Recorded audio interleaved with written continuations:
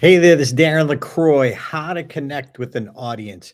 I've been speaking since 1992. I used to do stand up in Boston, and now I speak around the world and get to do what I love to do for a living.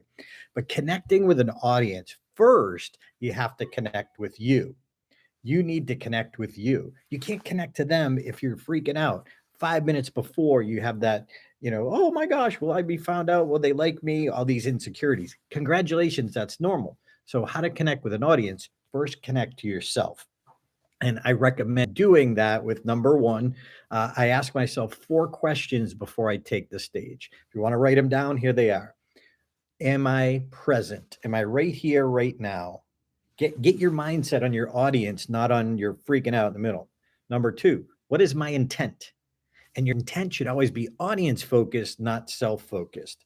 Number three, will I have fun? If you want your audience to have fun and be connected to you got to first connect to them. You got to first have fun with what you're doing. If you're freaking out in your head, as I say, if you're freaking out in your head, your emotions are dead. We've got to be connected. We've got to be real and authentic. And question number four, probably the most important question, comes from a mentor, Willie Jolly. He said, ask yourself, how would I give this presentation if I knew it was my last one ever?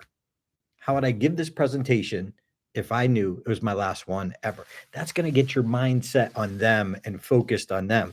They're going to sense it, they're going to feel it. So, in order to connect with them, connect with yourself first.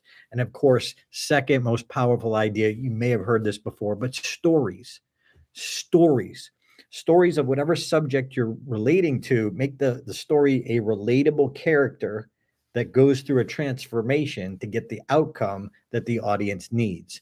But telling stories, and your stories, you have more in you than you know you do, but start with that. Connect with yourself, find stories that we all want to hear. We've been trained since childhood to love stories, to want to hear stories. So if the beginning of the story is engaging and brings them in, now you're connected.